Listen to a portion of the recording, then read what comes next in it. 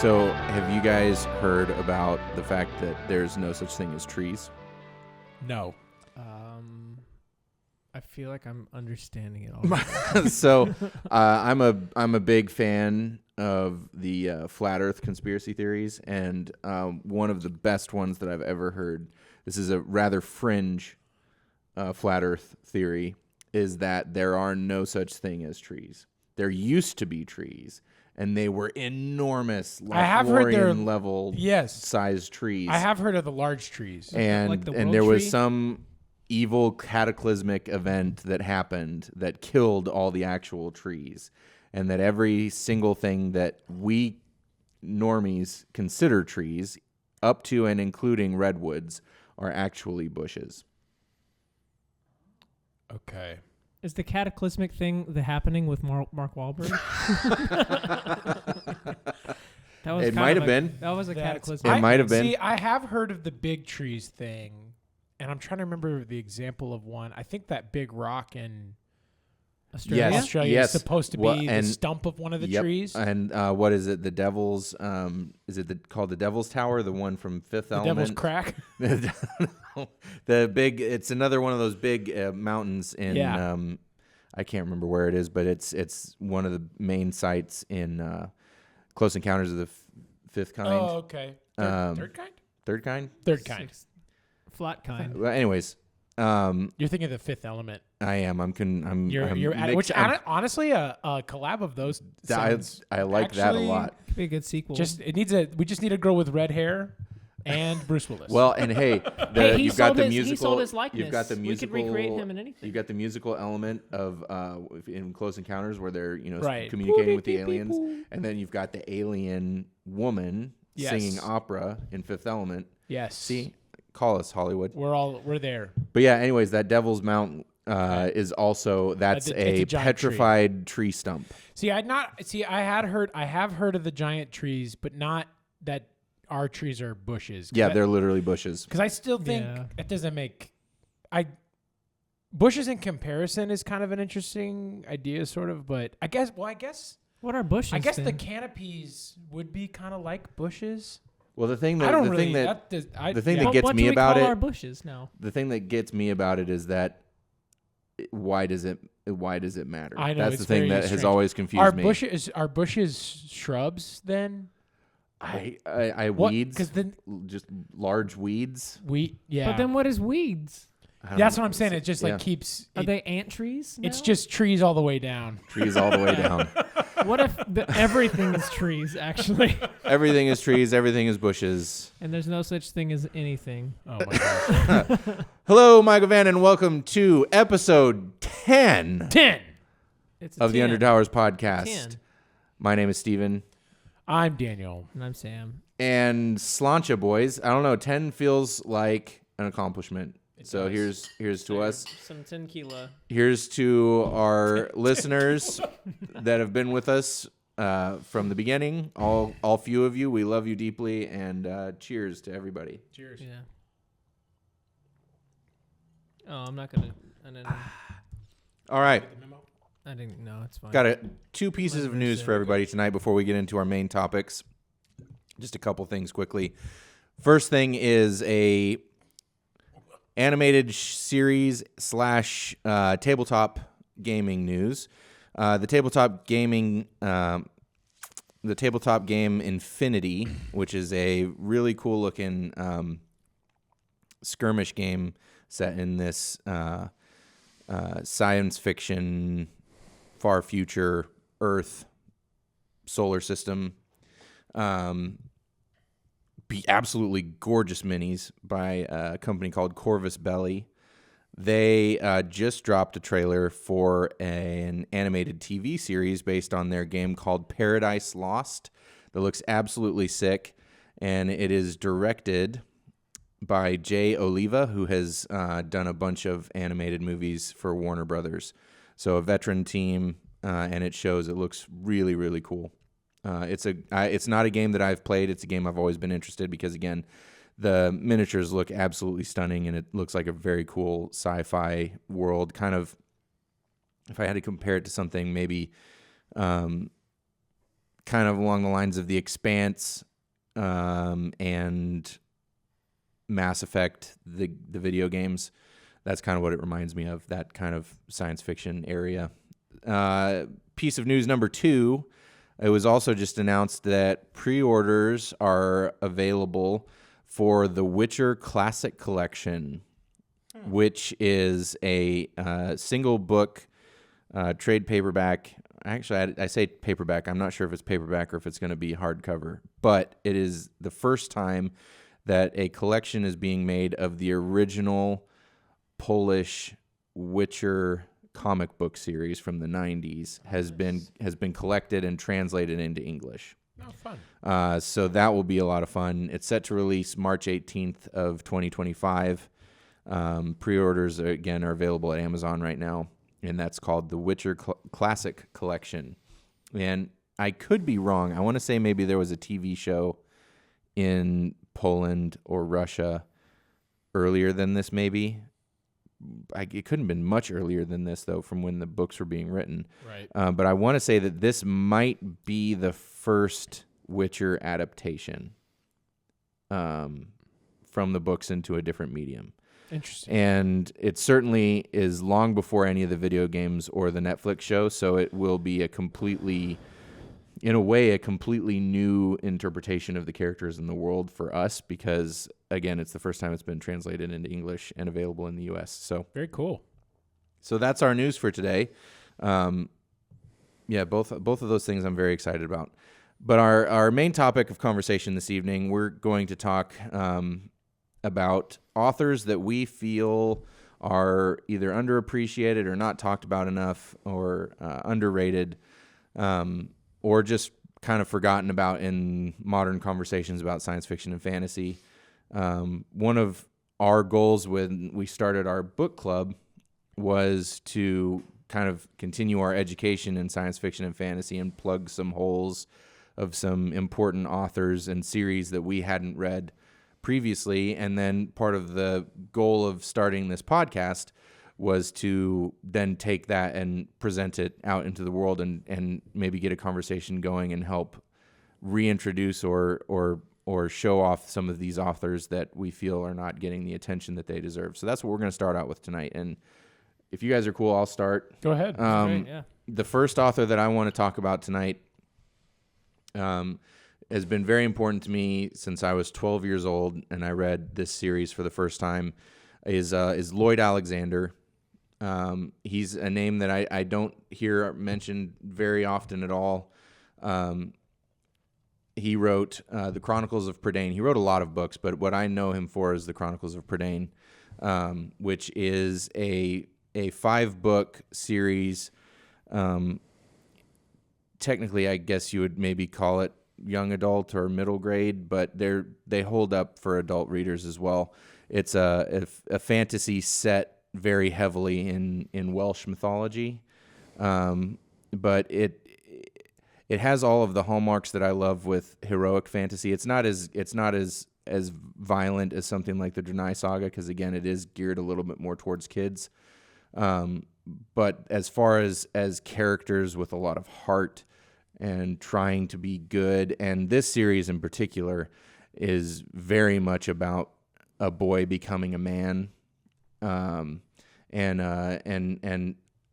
that in my own journey towards manhood was deeply impactful. And I've been reading these to my kids, and just been absolutely overjoyed to be back in this world. We just finished book 4, which is, I'm trying not to get the glare here, but Terran Wanderer. This was my favorite when I was a kid, and it thus far has been my favorite again. It's the least action-packed of all of the books, but it's the book where Terran is really diving into who am I and what does it mean to be a man and a person, an adult person, and where do I fit in the world, and a bunch of questions that kind of are very important as a young person and then kind of start popping back up and becoming more important again, oddly, in your 30s. Yeah.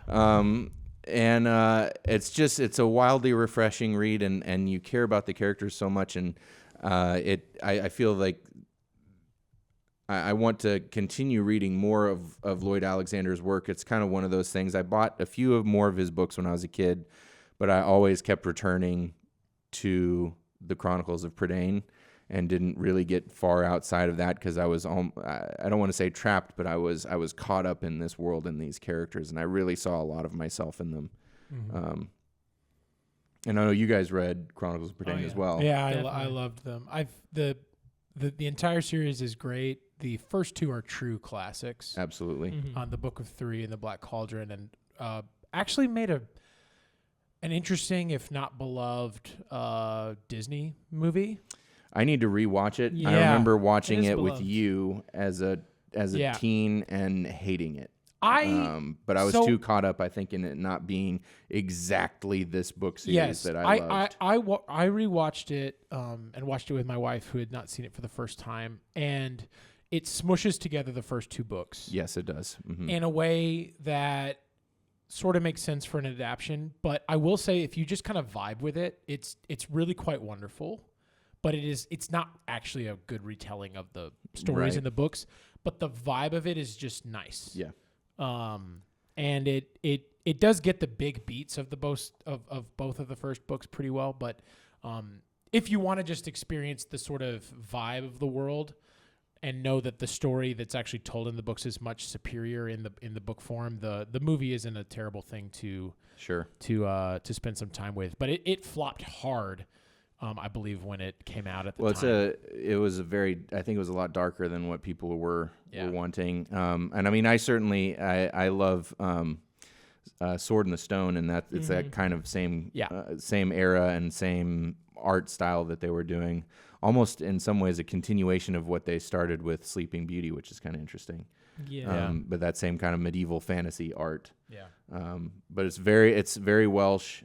Sam, what you read it the same time as we did, right? I did. I don't remember much of it. I just remember loving it so much. Yeah.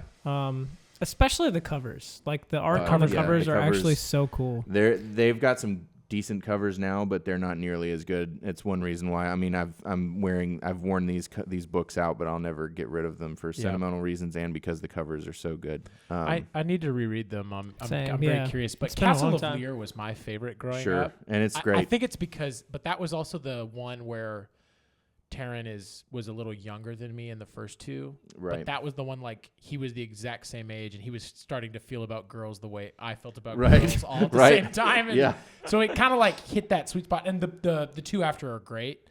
Yeah. But something about that one. I also really loved it when it's like all of them are set in the world, and except for that one's off on an island. Right. So it's the one that's in a little bit of a different phase setting. And different environment than the rest of them. It's great. They're definitely worth a reread. I've been just loving introducing my kids to them. They're definitely a lot younger than I was, but they've been enjoying it a lot. I would say that if you like John Gwynne, if you like Faithful and the Fallen, these specifically the Chronicles of Prydain for Lloyd Alexander's work, John Gwynne has listed specifically as inspirations to him for writing Faithful and the Fallen. So if you like that kind of hopeful, heroic fantasy, I highly recommend giving the Chronicles of Prydain a try. Definitely. Daniel, who and what would you like to talk about first? So I am so excited that I have come here tonight to sing the praises of Jack Vance. Excellent. I honestly, though, I kind of feel ridiculous talking about Jack Vance being underrated because he's truly beloved in the whole weird fiction sci-fi fantasy scene. But I do feel like he's underread overall, at least now, because his high fantasy epic 3-book series is out of print these days. It's not the first time it's gone out of print since its original publication. It's been in and out several times, and it is just an absolute masterwork. And I've got them right here. This is the first book. Yeah, the glare's There we go. The book title is not actually Lyonesse, but Lyonesse is the name of the series. But this is the first printing where this is not the first time this has happened, but the book is actually called Soldran's Garden. And it says that there on the inside. Let's see if I can get that up there. Yeah, there's It's no way. not going to show up. But the book is called Soldran's Garden, but Lyonesse is on the cover. And I've really never read anything like it. It is set in the Elder Isles as sort of a prehistory to the King Arthur mythos in the basically a set of islands in the Bay of Biscay outside, just to the, I guess, the west of, France and Spain and England there. And I remember we were having a conversation a few weeks ago about how Sam was saying something about loving writing that you never know what's about to happen next through the way it's pacing. And I will say, I have never read an author, I think, more than Jack Vance, especially in Lyonesse, where I just didn't know what was about to happen next at all. Awesome. But when stuff happened, it made sense and it felt natural and good. But it starts out and it's just to give a little bit to it, Soldran's Garden starts out with the story of Princess Soldran, who's the daughter of King Casimir, who is this who's the king of Lyonesse, which is one of there's one of 13 kings in this area, and he has aspirations to grow his kingdom. So he's gonna, he's grooming his daughter to make an advantageous marriage, and then the story kind of spills out from there. But it starts there. And then as it developed, it's like, oh, actually, what's really going on is there's not actually 13 kings. There's only 10 kings. But then there's 13 wizards who all are under an edict not to actually attack each other because they're all too powerful and they'll destroy everything. But they're all fighting each other through proxies using the kings. And then it turns out that, actually, it's this fairy world where it's that kind of classic fairies that they're the goofy, silly fairies that are tricksters, and they're all selling things to you and doing this, and then it spills out from there, and it just keeps on going where you're like, what is happening? Where all of a sudden it's a political machinations game, and then we're in a fairy tale, like a true, tried and true fairy tale. And in that, there's also like really wonderful, interesting takes on some races. There's this people called the Ska, who are this people who have kept their history and language and ancestry going back to where they still have stories of mammoths and saber-toothed tigers and stuff. Wow. It's a really cool idea. Yeah, That's really cool. So awesome. It's like there's really interesting world building, and then it's really silly. And the other thing I'll say, I've not Jack Vance is really well known for his Dying Earth series, which I have not read yet. But I've also read a book of his by called The Dragon Masters, which is really a novella by modern standards. It's really brief, but he writes really sinister characters in a way I've never seen anyone else do it, where there is a tone of politeness going on, where there are undertones of just like really deep darkness, and you can feel it, and the unsettling feeling he's able to give you while you're reading these people be really nice to each other, where you're like, wow, they're like whole layers of things they're saying underneath. That's awesome. It's really special, and honestly uncomfortable to a point where, but he manages in his works to navigate the tone to where that never feels overmuch. But it's just really compelling. They're really, really fun. And while they're also like meaty to a certain degree, each of the Lyonesse books is about 400 pages, and it is just shocking when you're done how much he's packed into them, to where it feels like a series that's 2 or 3 times as long as it is. But then they really just go. So I love Jack Vance. He's a big inspiration to Gene Wolfe, who is an author I love. Yeah. So it makes sense, and you can actually feel where reading Jack Vance, it feels like proto Gene Wolfe, where it's like it's Gene Wolfe but more raw. Interesting. Oh, that's so cool. Yeah, it's I can't wait to read more. He's written a ton of stuff. Can't read to read more of his stuff, but he's wonderful. And he's before Gene? He is before Gene. He started, some of his earliest stuff is in the 50s, where Gene wasn't really getting going till the the 60s. Yeah, late But 60s, I think. they're similar in ages, but I think Vance is a little older. But he got going and was an established author sooner. Well, and Yeah. some things like Dying Earth was a pretty direct inspiration. Yes. For, Book of the Well, New Sun. yes, because it was as far as I understand it, there were some works in doing some similar things, but he's really the guy who like codified the idea of the super far future Dying Earth thing, where the Earth is kind of deteriorating, but then they're still going on, and it's really a work of fantasy, but it's also science fiction because like the society, like high society and low society have diverged to the point where it's like scientists are basically wizards. It's things like that. So yeah, it's great stuff. Yeah. Phenomenal. That's awesome. Sam, who would you like to talk about?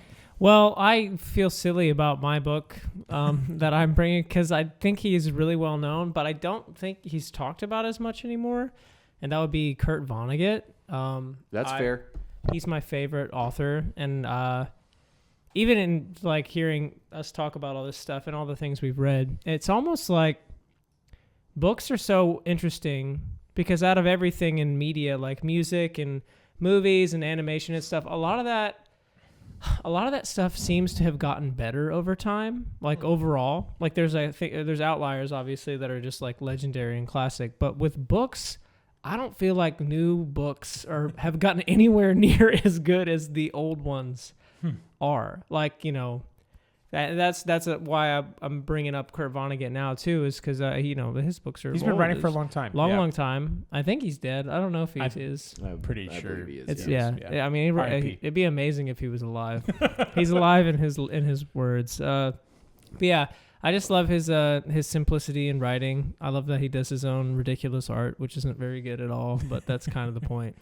Yeah, and he, you know, his stuff is great. He's a wit and a humor about him too. That was what I was gonna say. He's very satirical. I mean, I love what you said about him, Daniel, that he is the meanest author to his characters. He is. But I was struck. So we read Galapagos, which by far is like his least underwhelming work. Yeah, be- I know it's not his highest regarded. It was piece, still, but it was great I though. loved it. I loved it. And I didn't know what to expect because for whatever reason I hadn't read any Vonnegut before. But one thing that struck me, like what you were just saying, Daniel, is how funny It was hilarious. it was. There was that one late night talk show.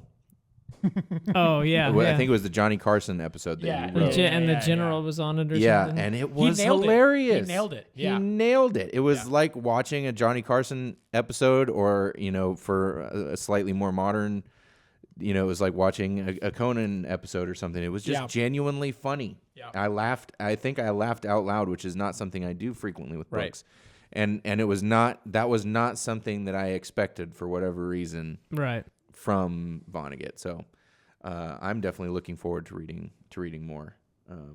And I agree, he's absolutely like a classic author, and his name is well known, but I don't hear him mentioned in that many conversations. And I'm not going to pretend like I have my finger exactly on the pulse, but Yeah. I don't hear him mentioned that frequently as he should be in these conversations. Mm-hmm. I agree. Yeah. All right, cool. Next, I'm going to talk about an absolute favorite of mine. I've mentioned these books several times, but the author is Glen Cook, and the first thing that I encountered Glen Cook with was the Chronicles of the Black Company. So he's written a bunch of things. He's written several epic fantasy series, the Dread Empire books, the Instrumentalities of Night. He's also written this series of books called the Garrett P.I. series, which is kind of a Sam Spade hard-boiled detective noir series, but with a trench coat wearing Sam Spade detective in a classic fantasy world with elves and fairies and dwarves and orcs and all these characters just solving murder mysteries in fantasy villages. I've read a few of those and they're absolutely phenomenal. But I bought I think this is like the fifth time I've bought this book. I bought it the first time in 2008, I believe, And I want to say that I've read the whole series, which is like 9 books long. I've either read it or listened to the audiobooks once a year since, essentially. They're some of my favorite books of all time. And what frustrates me, to be honest, it is a frustration, is I'm a big fan of grimdark, and I know that grimdark is one of the more popular subgenres of fantasy out there right now, with some absolutely phenomenal authors doing work right now. But Glen Cook is really, with Black Company, he started it, and he's not ever really included in the conversation of grimdark. He was right there in the early 80s starting to write stuff in the same or similar vein to like what George R. R. Martin was starting to write 10 years later with Song of Ice and Fire. Mm-hmm. If you're not familiar with Chronicles of the Black Company, it is a series about the Black Company, which is a famed mercenary company. It's all written in first person as the literal chronicles of the company. So you're reading almost like a historical document, like a diary that is written for this company. And in the very beginning of the first book, they just, grunts are essentially hired on to serve the evil lord. And so it's that idea of the just foot soldiers for the bad guys. What is their story? What's their life like? And then it also is examining what is bad. The lady is evil, but people can walk safely at night in the streets of every imperial city. And, the White Rose rebellion is technically the good guys. They have claim to the moral superiority, or so they say, but their leadership is just as corrupt and evil and power hungry as the lady and her people. So it's all of those kind of moral questions were being addressed in Chronicles of the Black Company. Lots of that moral gray thing that is such a staple for grimdark.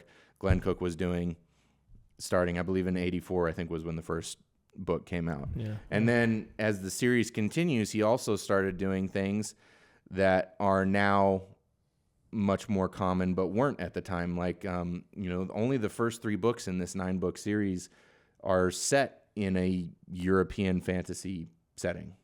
Everything else is essentially in fantasy, India, and Africa.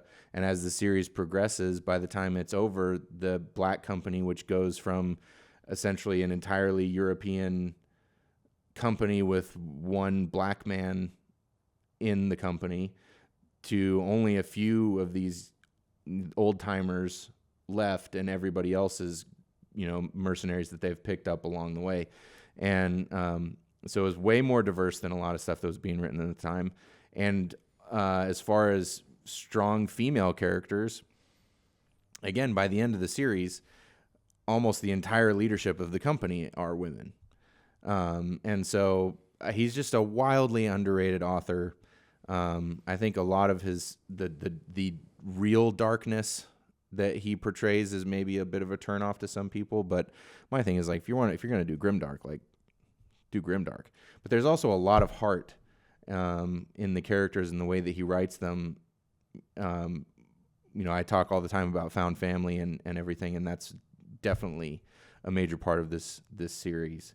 And I should also mention that it's also considered a military fantasy series, and Glen Cook was in the Navy, and he was attached to a recon Marine unit for several years before Vietnam broke out.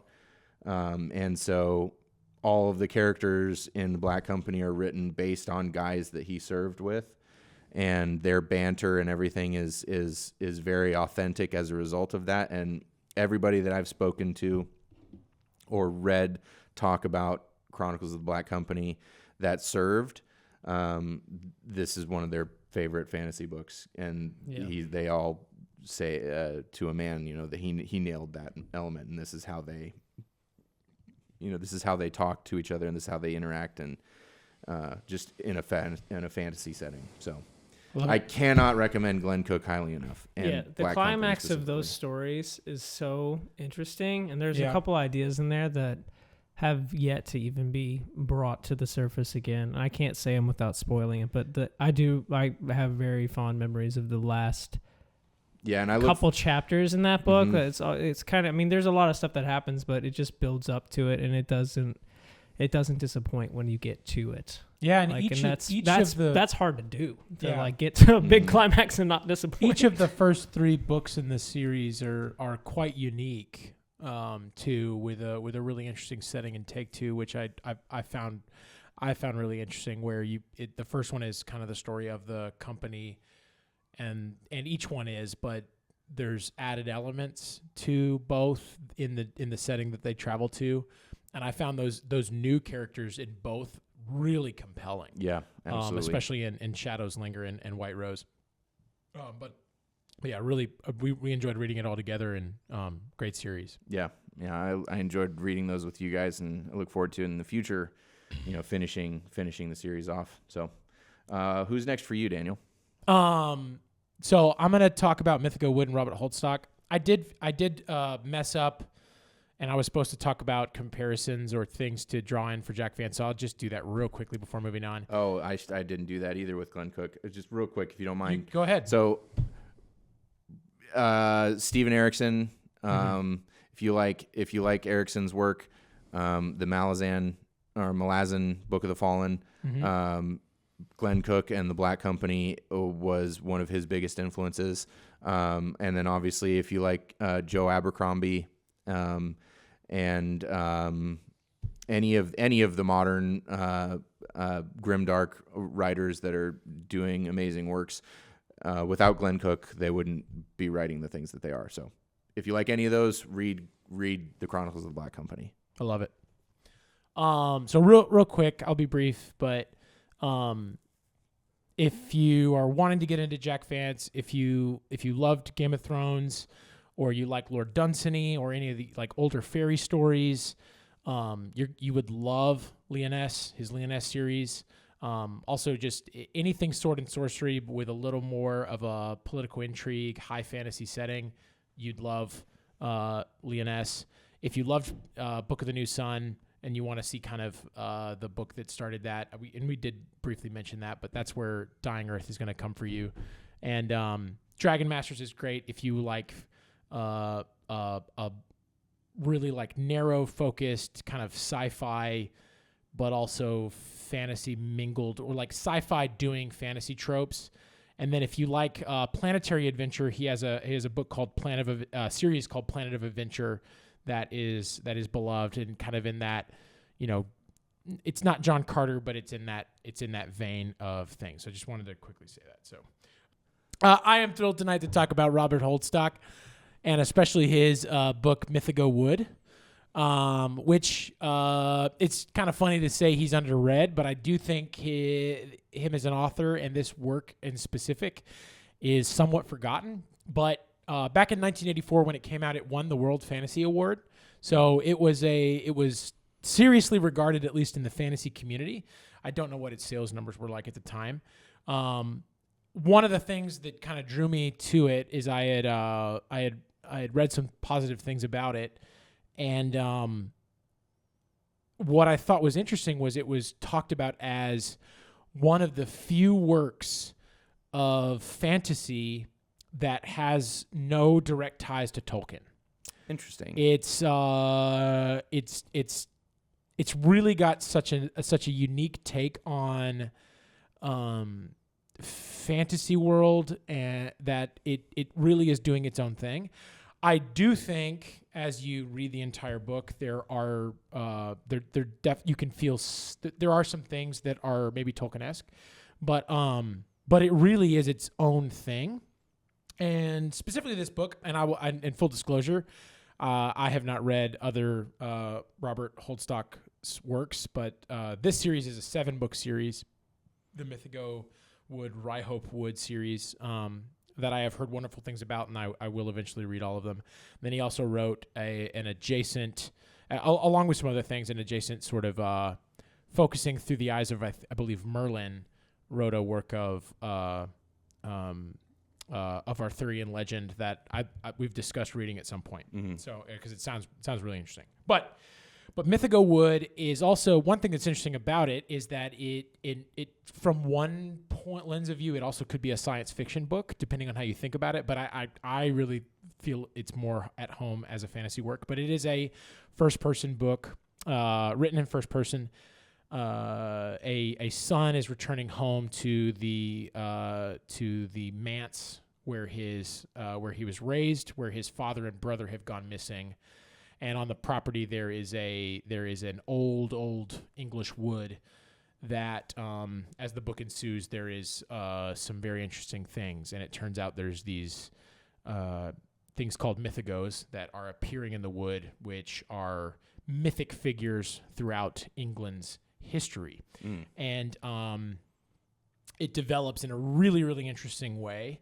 But it's written as it is a journal. And then what's really one of the things that's fun is the father's journal becomes a big part in the book. So you've kind of got journal on journal action with him, and giving you parts of the journal as he's working through it as well. So there's some really interesting things there. But as the book develops, it becomes more fantastic, and the way it dives into the mythic archetypes, it recalls, which I find Carl Jung and his archetypal visions of memory and dreams very compelling. And this book really, I don't know if it's intentional or not, but it really kind of feasts on those same ideas, but then puts them into a narrative fantasy world.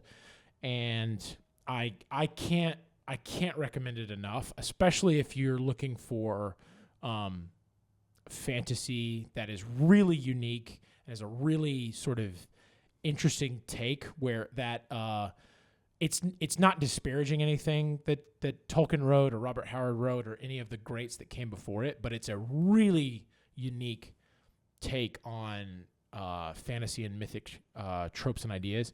So I think if you're really wanting something fresh and unique, Holdstock and Mythago Wood is a really is a really wonderful place to start. And honestly, on that note, I can't personally think of anything to really compare it to. Awesome. Yeah. I love that though. If you're wanting something that is not your typical kind of Tolkienian high fantasy, Yes. there's a cool thing to go towards. Maybe that harkens back to the more mythic, well, in the title, the Mythago. No, it is. It is. No, that's the whole thing. And I will say it's set in the 40s, so it's a fantasy work, but it's maybe it's that Harry Potter adjacent where there's a secret world of magic just underneath the surface. Yeah. Is kind of that. It's not like Harry Potter at all beyond that, but it's that kind of same idea where you've got that low fantasy written in the kind 80s. of thing. Yeah, you've got that low. Exactly. Yeah, exactly. Yeah. Awesome. I can't recommend this book enough. Yeah, I need to circle back to Kurt Vonnegut.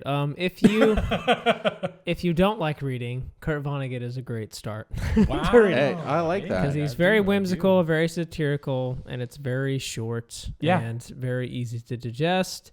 And yeah, he talks to you like it's like he's talking to you the whole time, like just kind of narrating something. Good job. And That's he a always really great way of putting that. Well, he signs off stuff so funny. Like he says, and then they went there and they did this and so on. And like that's literally how he ends most most paragraphs.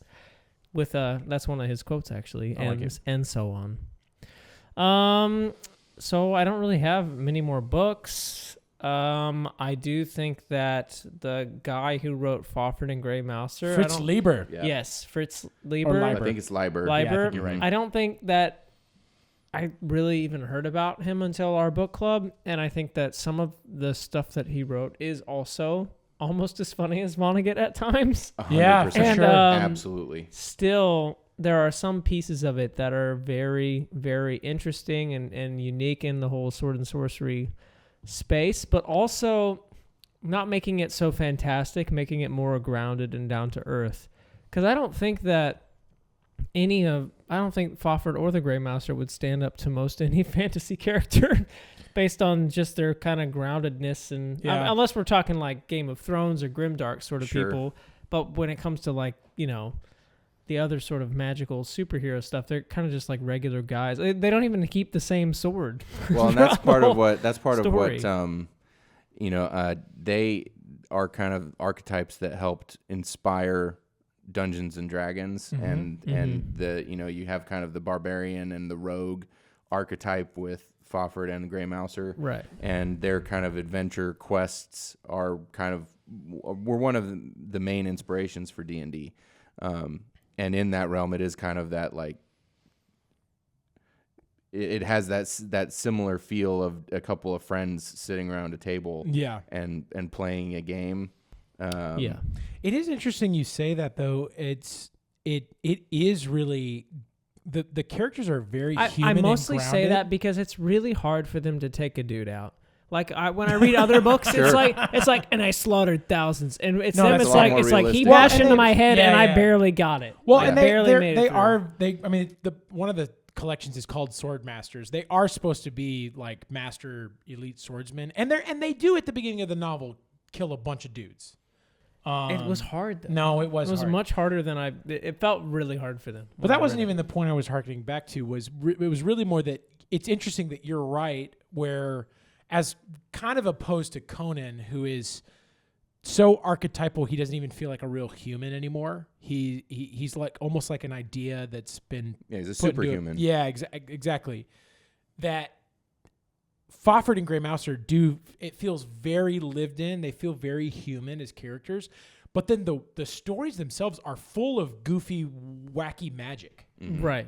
So which it's just funny how those two things go together. Because they almost shouldn't. Because it is, but all the magic is super goofy. No, it really is, and it's definitely like has petty motives, like pretty much the whole time. And it's some of the most fantastical stuff we've read.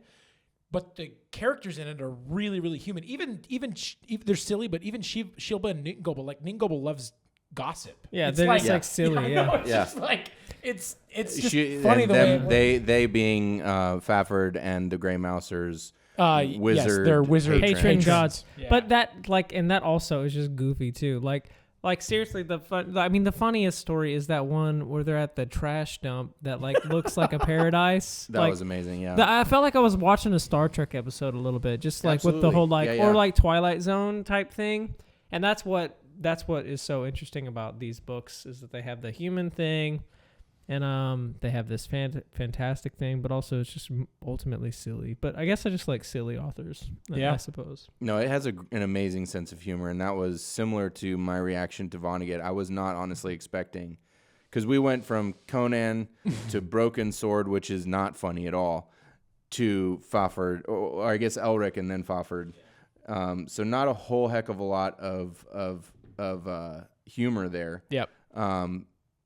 And then we get to Fafhrd and the Grey Mouser, and it just was fun. It just really was so much fun. It really was. So if you like Tom and Jerry, if you like Team Rocket and Pokemon, you would like Fafhrd and the Grey Mouser. And if you like D&D, get back to your roots with this. Also just adventure stories, any sort of pulpy classic adventure stories. Right. Or if you crave adventure stories and you're not familiar with them, that Fritz Leiber is a great way to go. Absolutely. All right, I've got one more author for tonight, and this is our most recent pick here as far as authors that are currently writing, and that's Christopher Buehlman. And this is his first book, Those Across the River. He started out writing horror fiction, and that's where I learned about him. My favorite book of his is a book called Between Two Fires. My copy has been loaned to a friend, and I've not gotten it back. You know who you are. Nice. But actually, just keep it. I'm going to buy another copy. Between Two Fires is an absolutely brilliant.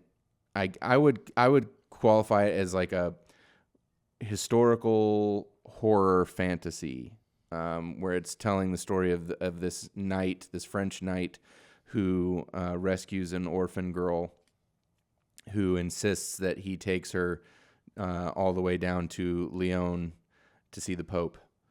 And it's set in the midst of the worst time for the Black Plague. And coincidentally, I read it in 2020. Oh, nice. Which was an interesting and a great tone. shift. But I've read a few of his horror books, and that was definitely Between Two Fires jump-started my love of horror literature, honestly. It's one of my favorite books of all time.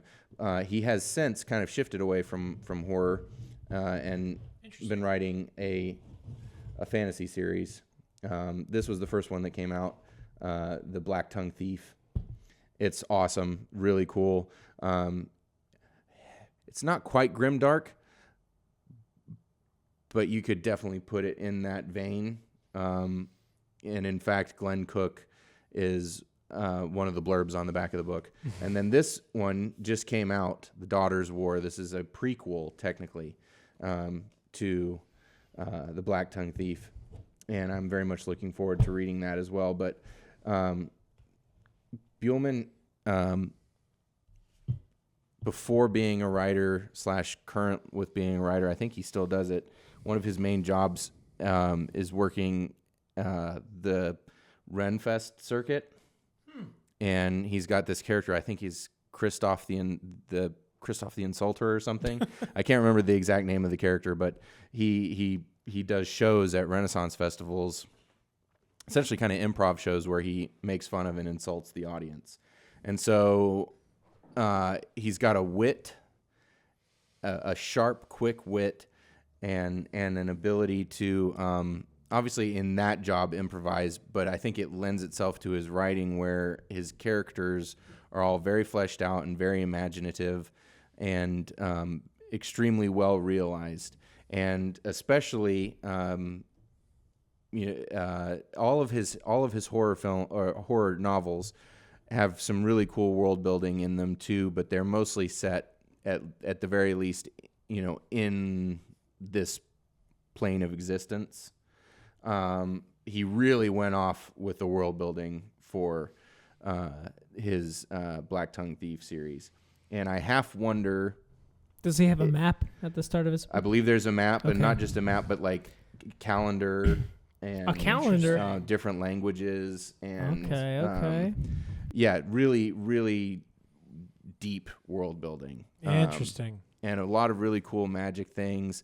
I half wonder if he's read Wizard Knight, because prior to reading Wizard Knight, these were some of the scariest giants that I'd actually ever read. And he also has the only goblins that I've ever read outside of, I guess, Tolkien that are genuinely pretty scary. Like you wouldn't want, like D&D goblins. I remember my first encounter with a goblin playing Dungeons and Dragons. My barbarian was, picking one up by the head and crushing its skull. Right. Yeah. So not very intimidating, but the goblins in this series, diminutive in size though they may be, are pretty gnarly and pretty monstrous. So yeah, I recommend Buehlman very highly. He's starting to get, these new books are published by Tor, and he's starting to get some more notoriety for his work, but not as much as I feel as he deserves. I think he's an absolutely brilliant writer, and I've been loving his work for years. And it's definitely, I think we'll probably be reading Between Two Fires in the near future. Yeah, that for book club and for the podcast. So give Christopher Buehlman a try if you like horror. And you want some really cool twists on werewolves and vampires. Again, Between Two Fires, if you like everything from psychological horror to body horror to monstrous creatures, if you like the monsters in Berserk, it'll be right up your alley. And then any of the books that I've mentioned is Joe Abercrombie. If you like Joe Abercrombie, if you like Glen Cook, if you like any of those grimdark books, if you like Game of Thrones, you're going to enjoy Blacktongue Thief as well. I love it. Dope. So the next one I'm going to talk about is John M. Ford. And once again, this is an author this is the only book of theirs I've read. So I can't speak to more than this book, which is called The Dragon Waiting. But somewhat similar to Mythago Wood, it is a very unique and special take on fantasy. Not maybe quite as divorced from Tolkien as Mythago Wood was, which is not necessarily something that's all that important, but it is a really interesting and special vision. And this book Was also, interestingly enough, a winner of the World Fantasy Award. So I don't know. Maybe I need to. So at the time, it was actually really well regarded, but I don't hear anyone ever talk about John M. Ford anymore. Thankfully, it's got a Tor special edition, so there is some amount of notoriety for it. But the basic premise of the book is that it is set in an alternate history, our world, where instead of Constantine having, his vision and making the Roman Empire Christian, the world just keeps going as is. And and so there's a cult of Mithras that is still vibrant. The northern countries have, kept their Nordic, Odinic religions. And there is Christianity, but they are still a sort of underbelly religion that has grown to a certain degree. But as things in this book have developed, the Roman Empire has moved to Constantinople and become a Byzantine empire. And Italy has kind of developed into the city-states. So there are some things that have happened that are still that happened in our world, but then they've changed a lot. There is also, because it is fantasy, there is one of the main characters is a Welsh wizard, and it is one of the most interesting takes on magic. But the book starts with 3 chapters. There are I think about 5 parts to the book. Most of them are 3 chapters. They're very long chapters, but there are thankfully those spaced breaks. So if you don't want to read the entire chapter in one go, you can easily stop. But they're longer as far as chapters go. But they start with 3 different character introductions. The first is a boy who meets a wizard in ancient Wales, and then the next one is the next one is a noble Byzantine mercenary and his story of becoming a man who, with his father, who is still a Roman noble who is from a line of emperors who have kind of lost their throne. And then the last is a Florentine physician who's working with the Medicis. And wow. Yeah, it's really so freaking cool. All right. It's really freaking cool. And then the book kind of, it starts there. But one of the interesting things about it, if you love Gene Wolfe, this book just constantly drops you into worlds and doesn't give you any help. It's just like, boop, this is happening. And it keeps doing it even as the book progresses, which is interesting. And honestly, after reading Gene Wolfe, you come to kind of enjoy that, what's happening right now and how do I figure this out? And I've come to enjoy that in fiction. And so this book just keeps doing it even as the book progresses to where you never feel comfortable. But there are also some very interesting settings that even were reminiscent of Tarantino movies. Oh, wow. Where you're oh wait, this scene we're holed up in the Alps and someone's died and we've got to figure out what happened. It's really, really interesting. The plot of the book ends up being that they're trying to put Richard III on the throne. So it's it just develops. Yeah, it's just very cool.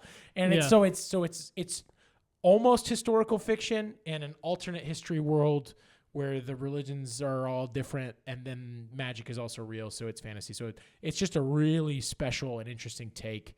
So if you like historical fiction, you would probably enjoy this. There's also a very interesting take in these books on vampires.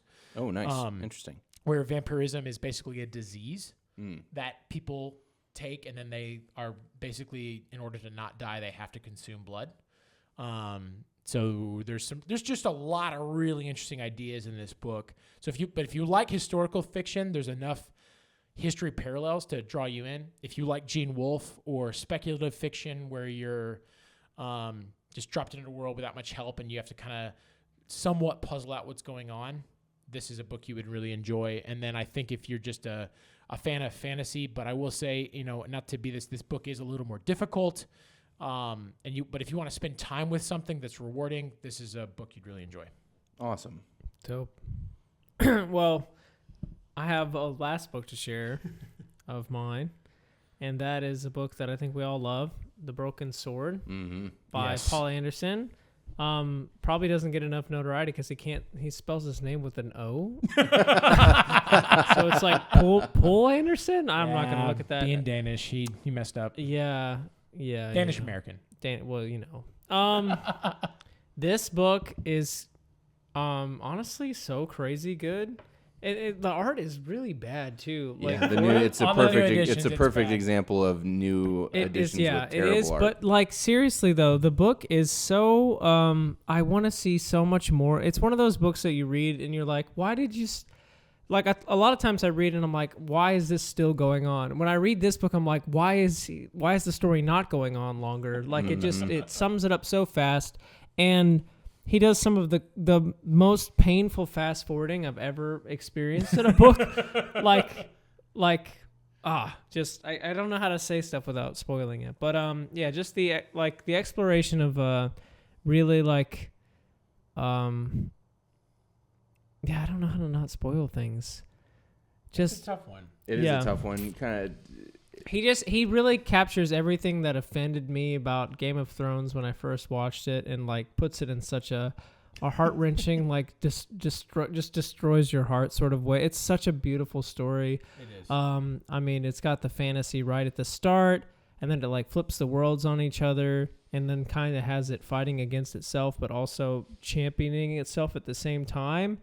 And it's just so fascinating to intertwine the like fantasy world with the real world so in depth. And then obviously Odin is like a part of all of it because that's kind of he just is there. That's an important all note. Fantasy stuff. This is another example of a fantasy story set in the real world. Like what, 800-ish? Yeah. England, and this is the book where he talks about like the White Christ keeps a lot of things from happening, and they have to like but he never goes into more detail than that. It's very interesting. Other than like everything that's happening is a conflict that is literally ending, and no one can do anything about it. It reminded me a lot of American Gods. Yes, As far as the like all of the pantheon, all of the characters of all of the pantheons being real beings, right? Yeah. And interacting on kind of the same plane, and there is this like it doesn't directly impact the story, but there is that like that growing tension of this new emerging and growing religion and figure coming up from the south. So cool. And like the orcs, is it orcs or goblins? They're trolls. The trolls, yeah. So gosh, just the way that he wrote trolls too, such a unique, like even me getting confused about what they looked like. It's just such a different idea I would have ever had about trolls from this story. Yeah, they are. I think they're bigger than Tolkien's orcs, but they're more like that than they are Tolkien's trolls. Yeah, for sure. Well, it's another kind of it's the Nordic mythology version of trolls. Yeah. But I remember distinctly when we read this book, this is kind of the perfect way to end this discussion, because I remember distinctly when we were reading it, thinking, why have I never heard of this book? Yeah. When it comes to unheard of authors, I'm like, why this one should be out there. Paul Anderson has a good reputation when you're, I think, like into older sci-fi and fantasy, because he's written a lot. But this book came out the same year as Fellowship of the Ring, 1954. It's a tough year to be a different fantasy book coming out. But what's interesting is there's actually a lot of mythology and world-building parallels to Tolkien's Middle-earth. But drawing also a lot on the same sources. Yes, but then there's also a lot of differences. And it's really interesting to think about what if this took off instead of that. And obviously it's very understandable why Lord of the Rings was so beloved. This just didn't go long enough. Like, I mean, maybe that's all it is. There's so many. I mean, he gets the broken sword, and then they fast forward a lot. You can't really compare, because Lord of the Rings is one of those cultural touchstones that it just happens every once in a generation, and you can't really. It's unfair really to even put it up and compare. But it struck me that it was like, this is so well written. It's so cool. Yes. And such an interesting fantasy world, and it's not in any conversation about fantasy literature that I've ever heard. I do think, and more people should read it because it is so fantastic, but it does end up having a brother-sister romance. And where Game of Thrones has it, but it's you're right, but it is not the whole book. I think if the whole book was Jaime so and that's Cersei, like that's the spoiler. Sorry, spoiler. But, I mean, it's not it's barely a spoiler, but yeah. It's a trigger warning. Trigger warning, brother-sister romance. I mean, but it's also kind of it's just crazy because it's they're ignorant of it the whole time, and that's what I think is the heart-wrenching thing. I'm forgetting. There's a specific story in. Is it the Kalevala that he drew it from, or was he drawing it from Poul Anderson, or was it one of the sagas? Oh, it was it was the Siegfried. Yeah, whatever the name of that is, which I'm spacing on. Yeah, it's but okay, it's but that relationship is based on a Nordic. It's a trope. Yeah, Germanic tradition. It is, and which is Tolkien does his version of that in the Children of Húrin. Yes, that's his take on that sort of idea where estranged family members and you end up with a brother in love with a sister. Yep. Sadly, really quick before we move on, I wanted to do a couple honorable mentions. Edmund Hamilton, The Star Kings, awesome planetary romance, space opera. Lee Brackett, the original author of Empire Strikes Back, Sword of Rhiannon, awesome planetary romance as well. And then lastly, I've talked a lot about alternate history fiction. Brian Catling's The Vor Trilogy is just bizarre, wacky, wonderful. And I just wanted to mention it real fast. Hell yeah. That's great. Well, this was an awesome discussion. Let us know in the comments if you'd like to hear more out there recommendations, because we've got them and we will continue having them, and we want to spread the love. So, we'll be making this a fairly frequently recurring segment. I love it. And then finally, to round out tonight's episode, we're going to play another character game. This time, kind of circling back to Fafhrd and the Grey Mouser, we are going to create a D&D party. We're going to have a fighter, a wizard, a rogue, a cleric, a barbarian, and then a wild card that we can fill with something like if we want more magic, you can have a sorcerer or a warlock, or if you want a bard or a paladin, ranger, whatever you want, just, in the kind of traditional D&D classes. And then in another way to tie it into Fafhrd and the Grey Mouser, we will also all have a patron, and your patron does not have to be a wizard like Fafhrd and Mousers are, but it does have to be someone in a position of power over these characters. Absolutely. And then the only other, we're not putting any restrictions on ourselves as far as characters that we've read for book club. It can be from anything that we've read, period, in the fantasy genre. However, no repeats. Sam, you can start this one because I think I've started one and Daniel started one. So, Sam, you can start. Is there a quest we're trying to accomplish at all? I think our patron's going to have us. The patron will decide that. The patron's going to be deciding. Okay. Yeah, and this will be Should a D&D we say thing. what our patron decided? I think we can. Yeah, I think if we probably have to at the end. Yeah, we will. Well, then we have to kind of justify why we picked them all. We will. That's kind of. So in that case, how about we start with? Should we start with the patron or should we start with the party? I think the patron and then justifying everyone makes more sense. Perfect. I like that. All right. Yes. However, I don't have a patron ready right away. But I shall. He shall overcome. Indeed. Okay. I can see I'm going to be doing some cutting in this part. Yeah. It doesn't matter. Just right here. Honestly, I like some of the thinking silence. But yeah. I'll just add a little do do do do do do do. Oh, it's making it harder. It is funny. The Jeopardy music does make it worse. It really does. Just go with your heart, Sam. Shield is my patron. My heart. All right, hear me out. Shadowfax.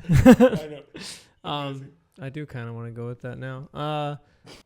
My patron god, or he's not a god. He's sort of a god. I mean, it could be a god. Okay, he's not a god. He is not a god. All right. Okay. It's Draco Malfoy. And listen. He's got to take out Dumbledore, and he is pulling all the strings. He does not know He doesn't know what he's gonna do to do this. He's got that whole thing with Voldemort. He really has to figure out how he's gonna do it. So Draco has enlisted me to, come up with a way to to fulfill the secret vow or whatever the thing. He's been really vague about it. He's like, listen, I need to take him out, and I need no one to know it was me, but only Voldemort to know. It's like a weird quest, but he's my patron. He's enlisted me. That's amazing. Draco I did not Malfoy. see that. I did not see that coming. All It's right. quite the test. Wow. Dumbledore's This is going to formidable. tough. That was who I was going to pick. I know he's been asking around. My patron is the lady Okay. from the Chronicles of the Black Company. I like Okay. that. What does Yeah. she want? Okay. She's needing kind of a special operations group. She's just horny. She is just horny. Yeah. She needs She's special lonely. ops. No, she needs a group that can go and take out a nest of rebels. Nice. Okay. I love it. You gotta get them nests. So to keep mine, and I don't know if I'm going to keep doing this for the rest of the evening, but to keep mine topical to some of the things I brought up tonight, my patron will be the wizard Mergen from the Lyonesse Trilogy. Uh-huh. Mergen is the head wizard in those stories, and that is not a spoiler at all, but he is the one who establishes the edict that wizards cannot openly war against each other to keep the peace on the Elder Isles. But to speak briefly about him, he is one of the more fascinating wizard characters I've read in any fiction, and it sort of spills out to where he has created a copy of himself that is able to act more freely, which is a really wonderful reveal that even if I say that and you read the book, you won't know what I'm talking about. But he is wise and interesting, and I feel like he's going to have a good task to keep the peace in the Elder Isles for my D&D party. But the vision of magic in the Lyonesse Trilogy is really, really wonderful. It's all imagination-based. But it really, where that sounds really rudimentary, they kind of go into detail on how unique and challenging that actually is in practice. It's really fun. Fantastic. All right. What are they going to be having you do? What's he going to be having you do? So we will be operating a covert mission on another rogue wizard. Oh, fascinating. Who has been plotting and needs to be brought Breaking the down, law. but Mergen cannot act himself because it would break the edict. So Very good. He's having us act on his behalf. Very good. Be I like interested that. to see who you pick for wizard then. We will see. All right. So, Sam, who's your fighter? Are we doing okay? Yeah, we're we'll doing do fighters. it in order because Okay. again, one of our restrictions here, if I didn't mention this earlier, is that we cannot pick the same person. So if one of us picks somebody before the other, then we gotta scramble here and pick somebody else. Yeah. So for fighter, I need someone who doesn't mind roughing up some kids, because we're trying to get to Dumbledore. You're trying to kill Dumbledore. Well, I mean, we're helping Draco. We're helping him Draco out. kill Dumbledore. Okay. That can mean a lot of things, but he's gonna be at a school and he's got to be okay. He's got to be okay. So I'm gonna pick Valgard because he's kind of he's You're going with a chaotic evil Listen, D&D campaign. we here. got Death Eaters that are hungry and they need to be fed, and Valgard will deliver. He doesn't mind doing some dirty. So I think Valgard will be my fighter. Plus, it'll be a great distraction in case we need it, and we can call him in. He obeys. He obeys. I like that. That's fascinating. I love. We're getting some diversity here in our D&D groups. For my fighter, He's got an axe. For my fighter, I am going to go with Derval Cadern from Bernard Cornwell's King Arthur trilogy. Derval is the viewpoint character. That trilogy is written in first person. He's actually writing it. It's his story, and he throughout the course of the trilogy becomes one of Arthur's most faithful and beloved knights. He's a mighty warrior and a leader of men, and he's got kind of everything that you want in that kind of prototypical fighter lane for D&D, but he also is used to taking charge and taking orders from the top, from Arthur himself, and so I think he is someone that the lady would entrust with this mission. I like it. So, by the way, Valgard is from the Broken Sword. He's the bad guy. Yeah, who you might remember from my fellowship. He's getting a lot of airtime with us. Oh my gosh. Okay. For my fighter, I'm going to run on a bit of a theme from what Stephen just said, and I'm going to pick Sir Lancelot. Oh, interesting. We all know about that one. We do, and the Sir Lancelot I have in mind is the one as characterized especially in the Once and Future King, who is a very, I think, tragic but also traditional, with maybe a more modern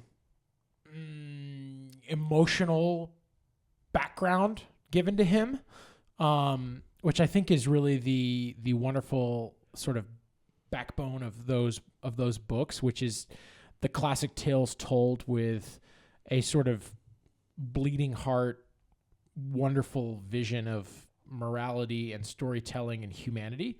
And Lancelot in those stories is a tragic hero who does classically betray his friend, but he is a wonderful knight who does try to do what's right, but who is conflicted at heart because of his, spoiler alert, love for Guinevere, but also his love for his best friend Arthur, but also kind of strangely but wonderfully told in those stories a sort of religious fervor and his desire to do a miracle, and to express that in that sort of really classical romance way. And I feel like he's the sort of perfect tragic hero for the quest that Mergen's going to be sending him on. Nice. Beautiful. I love it. Yeah. Wizard, Sam. Okay. All right. So I'm going to pick Gandalf. Okay. Oh, wow. Reason being is because I think that this world would just blow him away. I think that he would just be having a great time. He'll also be really just floored by all this special magic that he couldn't do before, didn't know it was possible. So I think that we're gonna have, after post Draco's accomplishment, I think we're gonna have the first elder sign up to Hogwarts School of Wizardry and Witchcraft. I think Gandalf's he's gonna be attend. a student. I think he's gonna go. He's gonna go. He's gonna be like, "What is this crazy stuff y'all can do?" And he's gonna go. I mean, he'll get on advanced courses. He'll test out of a lot, but I think he's gonna be fascinated. I see him and Trelawney getting along later. This is really Harry Potter themed, but it is. Well, I mean, I guess your patron is your setting. Yeah, I know. We're in it, man. Yeah, he's got us on the ground floor. So I think Gandalf's gonna come. He's gonna help out. He'll probably have to. He's gonna. Is Gandalf gonna help kill Dumbledore? But that's my question. I kind of figured that no, because Draco has to look bros. like he does. Yeah, I think Gandalf and Dumbledore butt heads. To be honest, I just don't. But does he butt heads that much? Well, I think he's gonna play it cool. He'll be he'll probably get along with Filch for a while, just to maybe circumspect the the main thing. But Filch he's got keys. He needs to get in places. I think it works. Okay, wow. Gandalf is just good to have around, and I got to pick him first, so you guys can't. So it's more of a strategic pick in that sense. Okay, all right. In terms of who accomplishes their patron's goal. Oh my god, faster. That's funny. For my wizard, I think that this mission that the lady is undertaking, she needs one of her own going on it. Oh. So she is in fact going to send one of the 10 who are taken as backup to support. which is a little OP, I understand, but that's the level of rebel that we're going up against. So rebels. maybe this is one of the circle of 18 or something. Maybe they're wanting to capture like they did with Whisper and Journey. Okay. But I think we'll say this is Black Company era, so first book era or before, and so she's going to be sending Soulcatcher. Okay, nice. Okay. Before, just that's good.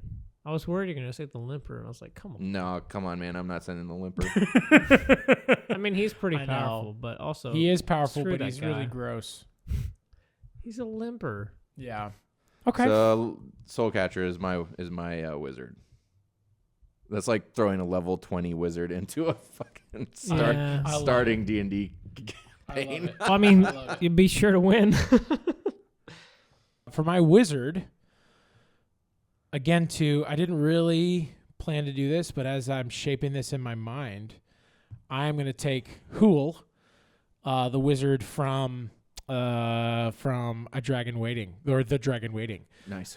He is a Welsh, ageless wizard with one eye. And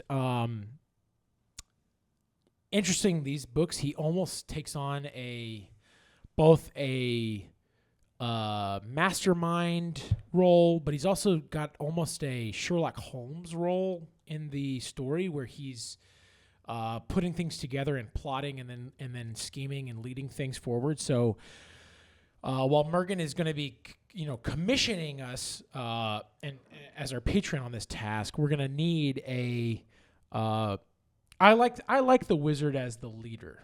It doesn't have to be that way, but I think because of Gandalf, who you took, that's the way I think of him. And it gives me a chance to talk more about these wonderful books. And Hool is a really interesting character that as these books develop, you really come to appreciate just how special he is.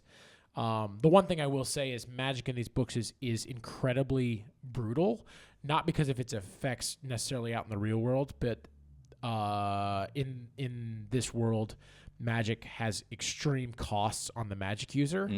But that just is a testament again to Hool as a both a character and a person and a man as he kind of navigates the world he's in. But I think he's going to be up to the task of keeping the peace in the Elder Isles. Phenomenal. Thank you. Love it. All right, Sam, how about a rogue? Okay, so my rogue is definitely going to be the Grey Mouser. Yeah. Yep, I nice. get it. Classic. Mostly and he'll definitely have a side motive because he's interested in that gold in the bank. He did train to be a wizard as well. That's what I'm saying. Like he's got some subversive stuff. Like so he's basically a Hogwarts dropout. He is. He's Yeah. gonna. So he's gonna kill Dumbledore. He's not. Okay. Draco's gonna. He's gonna be a teacher's assistant. He's gonna roll up. He's gonna be the Dark Arts' first teacher's assistant, and he's gonna also be taking his weekends trying to get into the Gringotts Bank because he can totally do it. He can turn into a mouse when he wants to. So That's true. that is definitely going to be his side motive, is to get some riches out of it. That's how Draco had to include him in our list because we needed him to get in some small cracks. All right, so for my rogue, I'm going to go back to another one of these books I mentioned, and I'm going to pick Kinch Nashanuk, the lead character from the Blacktongue Thief himself. And he is a member of the Takers Guild, which is the Thieves Guild in this world. He's got all the stereotypical rogue thief skills that you would expect for this class in D&D. Plus, he's got some slight magical abilities and things that help him in his work. And he's extremely skillful and someone that I think that the lady might not like as a person particularly. I think she would probably be quite annoyed by him, but I think she would trust in his ability to not want to face the consequences of not getting the job done, if that makes sense. So yeah, Kinshna Shannock from the Blacktongue Thief is my rogue. I love it. My rogue will be Killua from Hunter x Hunter. Assassin. Nice. Really Our first manga pick. Yes. To pick really for the assassin role. He's about 10 years old. And at the start of in the normal world is very powerful, and then just kind of really really like ascends from there. But he can make his fingers into claws. He also, I mean, I think the technical aspect is somewhat of a wizard or magician in some capacity in the world of Hunter x Hunter as he learns the nin ability. Yeah, he's got some nin stuff. But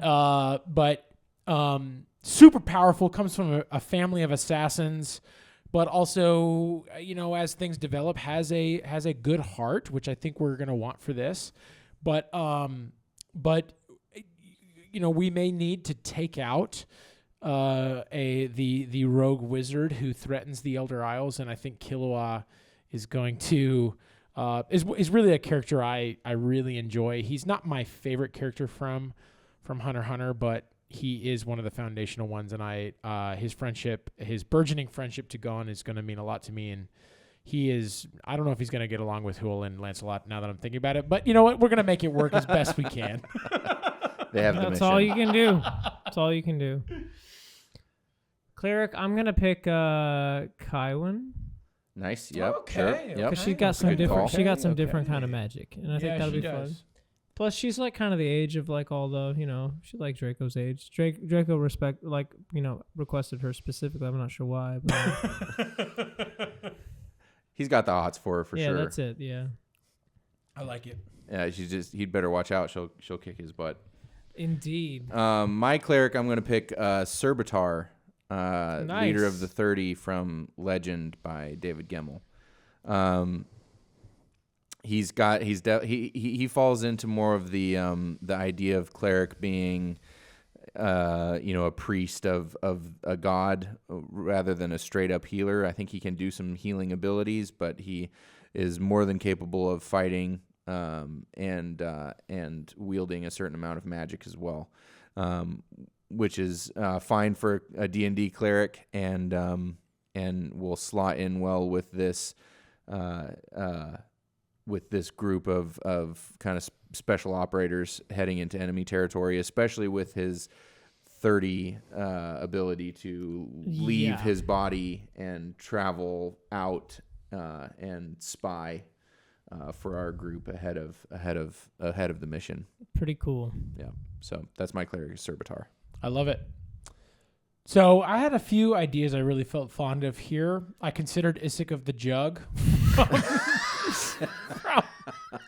from one of the wonderful stories from Fritz Leiber's Fafhrd and Grey Mouser. But you know what? He really doesn't do anything. He really doesn't. He would really be just a vanity pick for the vibes. And then I also considered Leon Trotsky Trout, the protagonist and narrator from Galapagos, who really is a stand-in for humanity and an advocate, but it didn't feel He's right. got some cleric stuff. And then I kind of thought about doing two different versions of the same guy, but I think the one that best fills the cleric role will be the Conciliator from the Book of the New Sun, and really more specifically the Earth of the New Sun, the sequel to. Very interesting. And he is a sort of Jesus figure, literally a conciliator or an intermediary between God and man who comes and works some miracles and guides the world. And at the time he's doing this, he is also the earth and the wind and the waves all respond to his moods. So he's both very powerful and if not more than a little conflicted. But we're gonna go with it and we're gonna make the best of it on the Elder Isles. Phenomenal. All right. Who's your barbarian, Sam? Okay, so hear me out. This one's kind of a interesting idea, but I'm going to take as my barbarian a gray ape, and the thing is, listen, a gray ape entering this world somehow Holy crap. becomes an animagus, but in the reverse, where he can become a person. So we're gonna give a gray ape a voice, and we're gonna see what the gray ape has to say, and I think he's gonna fit in a lot better. He's gonna fit in a lot better in this world, and so this is like. I mean, it's like AI, you know, like he's going out on his own. Wow. We're going to give the gray ape a space to be themselves. And you never know when you're going to need a gray ape. I gotta be honest, man. I don't know if Draco is. I kind of feel like your he's whole getting team. into some. I mean, he's pulling all of the strings. I have a feeling that your team is gonna like entirely turn on Draco. They might. Gandalf is there. He holds it together. You know. Okay. Nobody's gonna Boromir out on this. All right, my barbarian is Guts. Nice. From Berserk. He has the Dragon Slayer sword. I mean, he is a barbarian. He is in kind of honestly in the same realm of barbarian that we discussed Conan being in, where he's not stupid. He's not he's not honestly kind of the D&D idea of barbarian, where you're just not using any of your stat points in wisdom or intelligence. Guts is smart enough. But he's a fighting, killing machine, and he also has the Berserk armor. Yes. So, So Guts is my barbarian. I love it. So somewhat similar to Sam. I think I have a good idea here, but I was thinking about going Baldanders. I almost went Baldanders. Yeah, I didn't want to. I eventually didn't want to double. But he's got so much ambition. Well, that was the double whammy. I didn't want to double up on Book of the New Sun, if I could help it, and then as I thought about it too, I did think he would end up having his own schemes and plots in mind, and I don't know if that's what I need at the time. So I'm gonna go with Org. As my barbarian. He can barbarian himself. He's an ogre, but I feel like he fills that role of from Wizard Knight. Exactly, from Wizard Knight. He's maybe the last of the ogres, which in Wizard Knight are basically snake gorillas who can basically camouflage themselves and make themselves invisible. And but he's going to need to eat some meats. He's going to do that. But you know what? When he is dedicated to a task, he has a heart of gold, and he will stay on Brandon on mission. And you just have to make sure he doesn't eat anyone you want to keep around. Yep. And I think we can do that. I think Mergen can get him on board and in the right frame of mind. And I think he'll bond with Sir Lancelot and see a lot of his former master Sir Abel in there. I agree. Yep. I agree with that. There's something there. Yeah, except for like the purity that version piece, of Lancelot specifically. Yes, I think he's going to be on board, and I think he will be a valued member of our team. So I love it. Okay. Go Org. All right, so finally, Sam. So your wild card. Yes. Who is your wild card, and what D&D class are they filling? Okay. Oh, class. Oh God. Yeah. What are the options again? Well, and pretty much anything that was not already there. Like if you want more magic, you could take a sorcerer. You could take a warlock. Mage. If you want you could take another rogue if you wanted. You could take a ranger. Might have to go another rogue or a ranger. Paladin, Yes. bard, Love a ranger. So Druid. a druid. Yep. No. Okay, so my wild card is definitely going to be Pippin from Lord of the Rings. Oh, interesting. And, he will be filling the rogue role. And it's just because we have such an intent. Not the paladin role. He's sort of a paladin later. Yeah. This. Oh wait. Sorry. I meant after he joins the guard in Gondor. So yes, paladin. Pippin will be a paladin, the first Hobbit paladin ever. But he's mostly just going to be the peacekeeper amongst the group, just because we've got kind of a big scope of thing. Gandalf is cool and all, but like he's just the old guy. Sometimes people don't want to listen to him. And he's very he's very into the magic, so he's kind of getting sidetracked most of the time. So Pippin's going to be there to bring it down to earth. Remember to keep everyone on task, and then also just eat all the food that's around. He's, he'll be on task, off task. When he's needed, he's around. He's ready. I love it. Ready to be called upon. Phenomenal. That's my whole list. I love it. So my wild card is going to be, I need some range for this mission. I need some ranged ability. So as a ranger, I'm going to take Camlin from The Faithful and the Fallen. Nice. He's got all of your ranger abilities. He's also definitely got some rogue abilities that will help with infiltrating behind enemy lines. Mm-hmm. But as far as tracking, as far as his archery skills are phenomenal. And his tactical abilities as well. He'll be able to help really set up some good ambushes if need be. And then, not just ranged attacking, but also, providing covering fire as we're tactically retreating at the end of the mission. I like it. So, provided that Guts just doesn't, massacre everything. Yeah. So that's my wild card again. Camlin from Faithful and the Fallen as a ranger. I also think in a universe where Croker's maybe not around, Camlin and the lady maybe have a little romance. I think that they might. They could. That's kind of again. We're assuming it's well. it's a different universe. I thought I wanted to. I had thought originally about putting Croker in the cleric position as a healer. Interesting. But I am kind of I'm kind of leaning towards this being Black Company going north. So this is before Soul Catcher. Dalliance. Yes. Yeah. Or, Okay. Who knows? Maybe something happens to Camlin down the line and maybe he doesn't make it. But maybe that relationship with Camlin sets the tone where she's like, I like her them heart nice. I like them nice boys. Yes. Like them nice boys. And her heart is now open I'm and a bad available girl. and ready for when Croker. I like it. For when Croker arrives. I like it. I like Okay. it too. Yeah. A Okay. little romance in the story. Okay. And then to wrap this up for my wild card, I will be taking an elf mage, Fririn, Okay. as nice. my elf mage. That makes you super from OP. the Fririn. It does.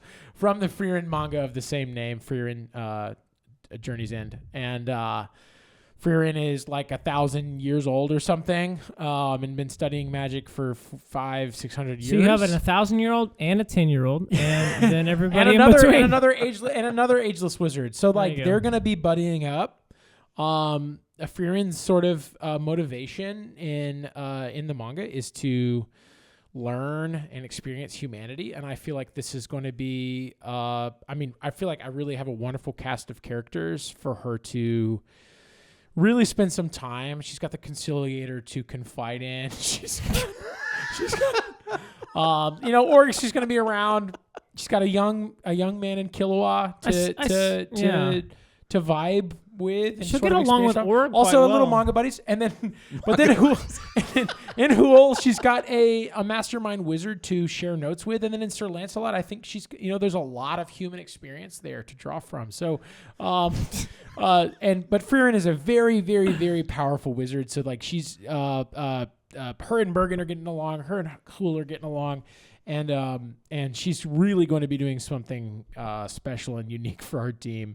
And full disclosure, the Fririn manga is one of the just any media bar none. It's one of the most enjoyable things I have experienced in the last few years. It is nothing short of phenomenal.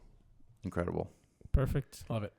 All right. Well, that's our lists. Let us know what you think down in the comments. And if you haven't already, if you're enjoying the show, give us a like and a subscribe. Yep. Shoot us some comments on YouTube. It helps with the algorithm. And episode 10, boys. Absolutely. You can also, we would love to receive some fan mail at undertowerspodcast@gmail.com. Yeah, absolutely. Send us your D&D group from books and mangas and whatever else that you've read. Thanks for supporting us. Thanks for listening to 10 episodes of this craziness. We love y'all. Namarie.